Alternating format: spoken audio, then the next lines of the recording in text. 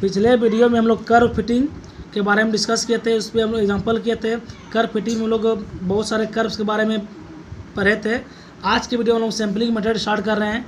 Sampling method में हम लोग का मेन सिलेबस हम लोग का है testing of significance.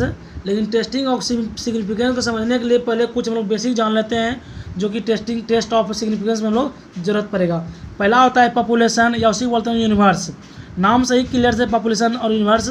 The group of individuals under study is called population और यूनिवर्स। यानी कि अगर किसी इंडिविजुअल का ग्रुप को अगर हम अध्ययन करते हैं, वो क्या होता है, मेरा पॉपुलेशन या यूनिवर्स कहलाता है। It is a collection of individuals और ऑफ देयर क्वालिटीज और results of operation which can be numerically specified. ये यूनिवर्स और पॉपुलेशन में भी फाइनाइट और इनफिनाइट, कोई भी यूनिवर्स और पॉपुलेशन जो होता है वह तो फाइनाइट होगा या तो फिर इनफिनाइट होगा। एक होता है सैम्पलिंग। सैम्पलिंग क्या होता है, a finite subset of universe is called a sample. That is a sample is a small person of the universe. यानी कहने का क्या अर्थ है, यदि मान लीजिए कोई मेरा पॉपुलेशन है, ये मेरा क्या कोई पॉपुलेशन है और उसका एक सबसेट ले लिया हम लोग क्या एस, तो इस एस को क्या कहेंगे हम लोग, सैम्पलिंग कहेंगे। यानी कि कोई किसी पॉपुलेशन या यूनिवर्स का जो सबसेट होगा वही क्या कहलाएगा, मेरा सैम्पलिंग कहलाता है। ठीक है, जैसे कि इसका सबसेट को भी यहाँ पर डिनोट कर रहे हैं, ये क्या होगा, मेरा एस क्या होगा, सैंपल कहलाएगा। The number of individuals in sample is called sample size. और इसमें जितना भी मेरा इंडिविजुअल ऑब्जेक्ट की संख्या होगी किसी भी सैंपल में, 100, 200, 500 जो भी संख्या होगी वो क्या कहलाता है, मेरा सैंपल साइज कहलाता है।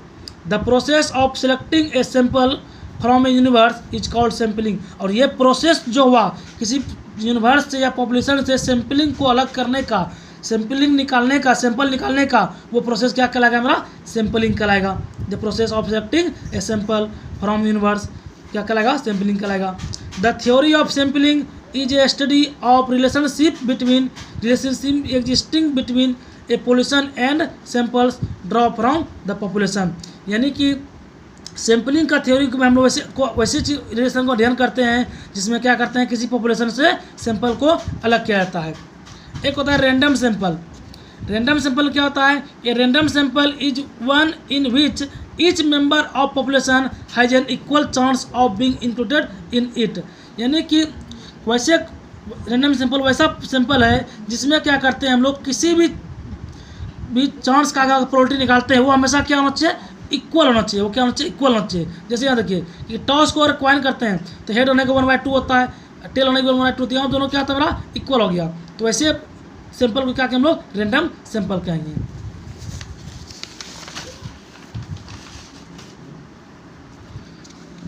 एक होता है पैरामीटर्स एंड स्टैटिक्स।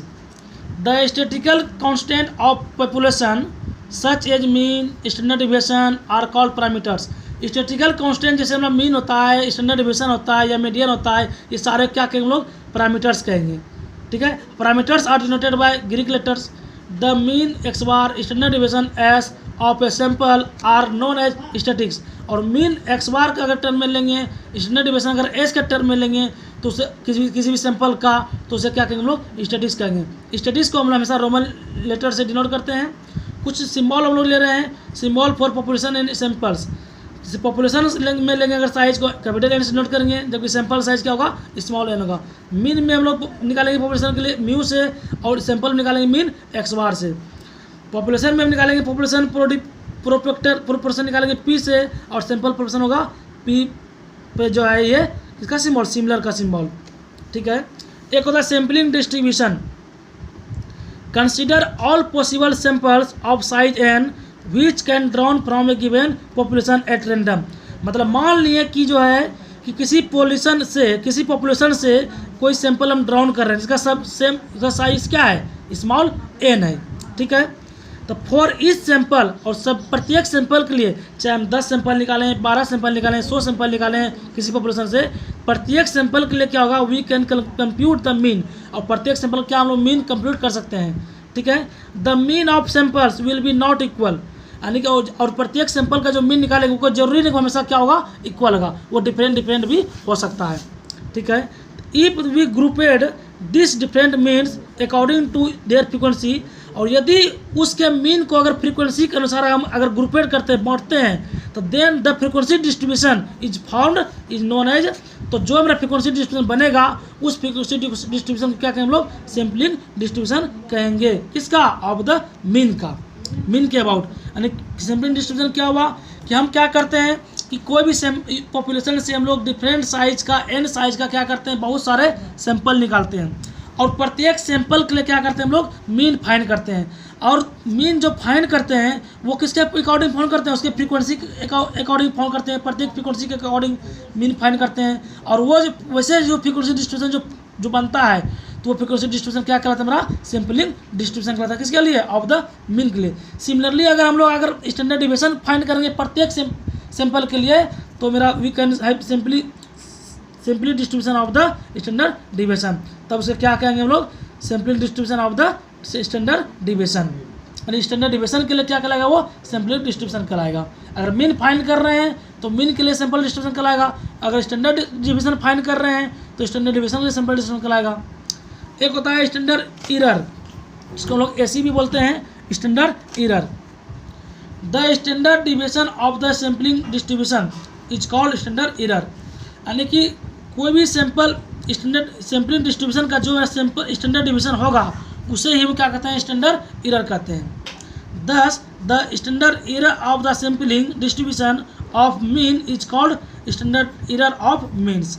अगर कहता कि स्टैंडर्ड डिविएशन बारे में कहता, स्टैंडर्ड डिविएशन ऑफ मीन्स कहलाता, standard error of standard deviation कहलाता। मीन्स के लिए मीन्स कहलाएगा, स्टैंडर्ड डिविएशन के लिए स्टैंडर्ड एरर कहलाएगा।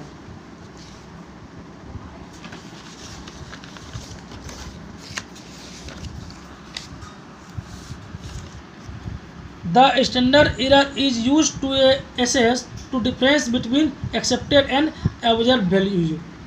यानी कि स्टैंडर्ड एरर जो का उपयोग जो हम लोग क्या करते हैं, एक्सपेक्टेड और ऑब्जर्व वैल्यू के बीच जो डिफरेंस होता है उसके डिफरेंस को फाइंड करने के लिए हम किसका यूज़ करते हैं? स्टैंडर्ड एरर का यूज़ करते हैं। The reciprocal of standard error, और रेसिप्रोकल का अगर स्टैंडर्ड एरर का अगर रेसिप्रोकल लेते हैं वो क्या कहलाता है? हमारा प्रिसिजन कहलाता है।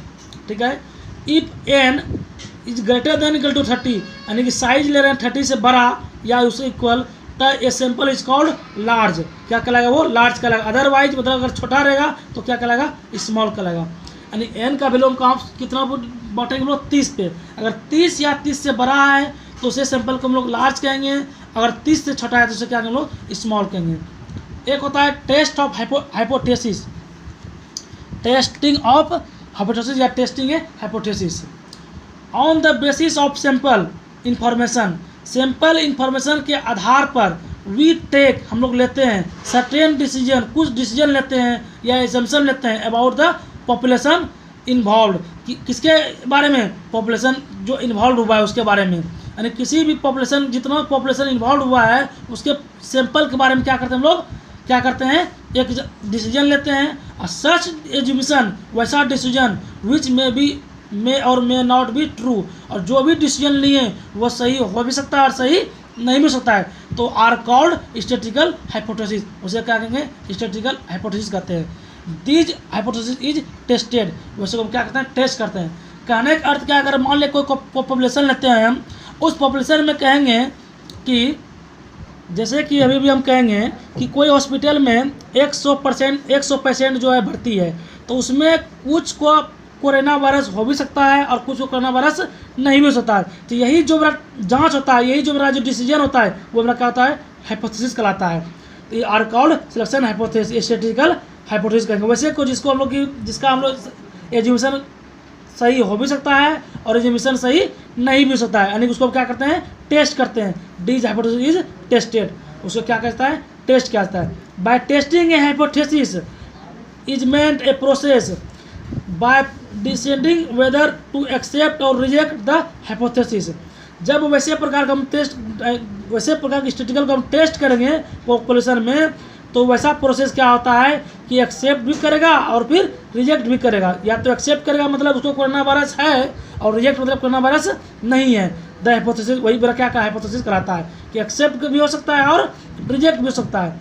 If assuming the hypothesis are correct then we calculate the probability of getting object sample. अगर मेरा हाइपोथेसिस क्या निकलता है, करेक्ट निकलता है, यानी कोरोना वायरस को अगर है, तब वैसे कंडीशन में क्या करते हैं हम लोग, we calculate the probability of getting object sample. उसका सैंपल हम लोग फाइंड करते हैं, उसका सैंपल जो भी सैंपल लिए हैं उसके लिए हम लोग प्रोबेबिलिटी भी फाइंड करते हैं। जो भी डाटा दिया रहेगा, जिस डाटा से हम लोग जो वैल्यू हम लोग एज्यूम किए हैं उसके लिए फिर क्या फाइंड करेंगे, उसका प्रोबेबिलिटी फाइंड करेंगे। If this probability is less than a certain assigned value, अगर जो मेरा माना हुआ वैल्यू है उस वैल्यू से अगर प्रोबेबिलिटी अगर कम आता है, लेस देन आता है, then the hypothesis is rejected, तब उसे क्या करेंगे, रिजेक्ट कर देंगे। क्लियर है। एक होता है null hypothesis. Null hypothesis is based for analyzing the problem. Null hypothesis is the hypothesis of no difference that is true and denoted by H0।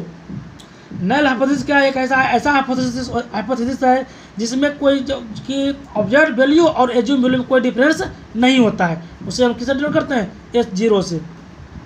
Thus we shall presume that there is no significant difference between object value and expected value। बता चुके हैं, वही बात बोले हम लोग। Then we shall test whether this hypothesis is satisfied by the data or not। तब ऐसे केस में हम लोग टेस्ट करेंगे कि जो गिवन डाटा है वो मेरा सेटिस्फाई कर रहा है या फिर नहीं कर रहा है। एक होता है लेवल ऑफ सिग्निफिकेंस, कि the probability level below which be rejected the hypothesis is known as level of significance, कि वैसा प्रोबेबिलिटी जिस the probability level below which be rejected hypothesis, the probability level below which be reject the hypothesis is known as level of significance. यानी कि कहने का अर्थ हुआ कि कोई एक प्रोबेबिलिटी लेवल, तो उससे नीचे अगर मेरा क्या होता है, प्रोबेबिलिटी लेवल क्या हो, रिजेक्ट के नीचे अगर मेरा हो, तो वैसे केस में उसे क्या कहेंगे हम लोग, लेवल ऑफ सिग्निफिकेंस। यानी एक लेवल होता है 5%, 10%, अगर उससे नीचे वाला को रिजेक्ट कर रहे हैं तो वैसे उसे हम क्या कहेंगे, लेवल ऑफ सिग्निफिकेंस कहेंगे। The region in which a sample value following the rejected, और जिस वैल्यू को हम लोग क्या कहेंगे, जिस रीजन में हम उसको रिजेक्ट करेंगे उसे क्या कहेंगे, क्रिटिकल रीजन। जिस लेवल पे उसको क्या करेंगे, रिजेक्ट करेंगे, तो वो लेवल क्या करता है, वो रीजन क्या करता है, क्रिटिकल रीजन।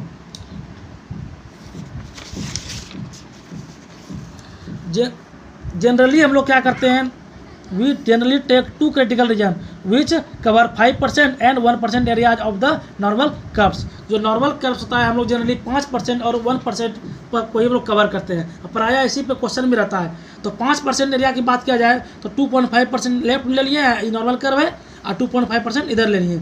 तो इस पर वैल्यू मेरा होता है यहाँ पर z बराबर 1.96 सिग्मा रो, और इधर होता है z बराबर -1.9 रो, और 0.5 पे यहाँ पर देखिए ये जो मेरा ये एरिया बचा ना, ये एरिया मेरा क्या है, एरिया ऑफ एक्सेप्टेंस, और ये भी एरिया क्या होगा, एरिया ऑफ एक्सेप्टेंस। यहाँ पर 0.5% लिए हैं, 0.5%, दोनों मिला के 1% हो गया, ये दोनों मिला कितना हो गया, 5% हो गया। इस पर मेरा वैल्यू होता है z = -2.586 रो, इधर z बराबर 2.586 रो, ये वैल्यू होता है। तो यहाँ फिगर ए इसको मानिए, इसको फिगर ए भी मानिए। तो फिगर ए में क्या हो रहा है, सेडेड रीजन, जो सेडेड रीजन है ये मेरा क्या होगा, shaded region person corresponding the 5% level of significance, इसको कहेंगे हम लोग 5% लेवल ऑफ सिग्निफिकेंस, इसको कहेंगे 1% ऑफ लेवल सिग्निफिकेंस। यहाँ दो सिमिलरली में एक होता है test of significance, test of significance. इसी पे मेन टॉपिक मेरा यही था, टेस्ट ऑफ सिग्निफिकेंस से क्वेश्चन पूछता है एग्जामिनेशन में। यही चीज़ पढ़ने के लिए हम लोग अभी तक कुछ बेसिक चीज़ पर हैं, सारे बेसिक चीज़ यहाँ पर मेरा अप्लाइड होगा टेस्ट ऑफ सिग्निफिकेंस में। द प्रोसीड्योर या प्रोसेस और टेस्ट, वैसा प्रोसेस या test which enables use to decide whether to accept और रिजेक्ट द हाइपोथेसिस, यानी कि वैसे प्रोसेस या वैसा टेस्ट जिसमें हम क्या करते हैं, हाइपोथेसिस जो माने हैं उसको एक्सेप्ट करेंगे या फिर रिजेक्ट करेंगे, उसे क्या कहेंगे हम लोग, टेस्ट ऑफ सिग्निफिकेंस। वैसा टेस्ट को, वैसा प्रोसेस जिसमें जो भी हम हाइपोथेसिस माने हैं या तो उसको एक्सेप्ट होगा या फिर वो क्या होगा, रिजेक्ट होगा, उसे क्या कहें, is called test of significance. If the difference between sample values and the population values are so large, यदि सैंपल वैल्यूज और पॉपुलेशन वैल्यूज में का डिफरेंस क्या हो, बहुत बड़ा हो, तब क्या कहेंगे, उसे हम रिजेक्ट करते हैं। उस केस में क्या करते हैं, टेस्ट को रिजेक्ट करते हैं। ये पॉइंट याद रखिएगा, सारे पॉइंट इसमें इंपॉर्टेंट है कि जब तक ये पॉइंट याद नहीं रखिएगा प्रॉब्लम आगे चल के आप लोग को नहीं बनेगा। फिर से टेस्ट ऑफ सिग्निफिकेंस समझ लीजिए। वैसे प्रोसेस को हम टेस्ट ऑफ सिग्निफिकेंस कहेंगे जिसमें क्या होता है, हाइपोथेसिस जो हम लोग माने हैं या तो वो एक्सेप्ट होगा या तो फिर वो रिजेक्ट होगा।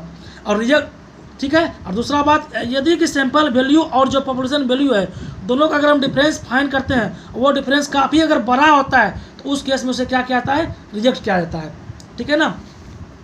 एक होता है कॉन्फिडेंस लिमिट्स। कॉन्फिडेंस लिमिट्स क्या होता है कि इफ, जैसे ये एक हम लोग लिए ये 95 पर, ये मेरा क्या था, ये मेरा था कितना जी, ये मेरा 5% था, तो 5% मेरा तक लिमिट सेटिस्फाई कर रहा है। लेकिन इसके जो लेवल ऑफ सिग्निफिकेंस है इसके नीचे मतलब हाइपोथेसिस सेटिस्फाई नहीं कर रहा है। लेकिन ये जो बचा 95%, ये मेरा क्या होगा, कॉन्फिडेंस लिमिट होगा। उसी तरह ये जो मेरा 91% होगा, इधरों ये कितना होगा, कॉन्फिडेंस लिमिट होगा। तो यहाँ पर देखिए ये मेरा 95% हो जाएगा कॉन्फिडेंस लिमिट, ये कितना होगा, 99% कॉन्फिडेंस लिमिट। यहाँ वैल्यू होता है म्यू प्लस 1.96 रो, ये होता है म्यू माइनस 1.90, ये होता है म्यू माइनस 2.58 रो, ये होता है mu plus 2.58 rho. And if a sample statical lies in the interval, अगर कोई इंटरवल इस इंटरवल में लाई कर रहा है कोई सैंपल म्यू माइनस 1.96 रो से म्यू प्लस 1.96 रो तक, तब जो हम कहेंगे वो कॉल 95% कॉन्फिडेंस लिमिट। तब से क्या कहेंगे, अगर इस इंटरवल में लाई कर रहा है तब कहेंगे 95% कॉन्फिडेंस लिमिट है। अगर इस इंटरवल में लाई कर रहा है तब कहेंगे हम लोग 99% कॉन्फिडेंस लिमिट है। और 1.96 और 2.58 को क्या कहेंगे हम लोग, कॉन्फिडेंस कोफिशिएंट कहते हैं। आज के वीडियो में इतना ही। अगले वीडियो में हम लोग फिर हम टेस्ट ऑफ सिग्निफिकेंस के अगले पार्ट पर चलेंगे। तो एक रिक्वेस्ट है कि आप लोग, ये चूँकि ये चैप्टर लैंग्वेज चैप्टर है, आप लोग लैंग्वेज को ध्यान से पढ़ें, प्रयास करें समझने का। और इसमें प्रत्येक पॉइंट इंपॉर्टेंट रहता है, क्योंकि जब तक पॉइंट आप नहीं समझिएगा एग्जाम्पल आप सॉल्व नहीं कर पाइएगा। तो उम्मीद है कि ये वीडियो आप लोग समझ में आ गया होगा। धन्यवाद।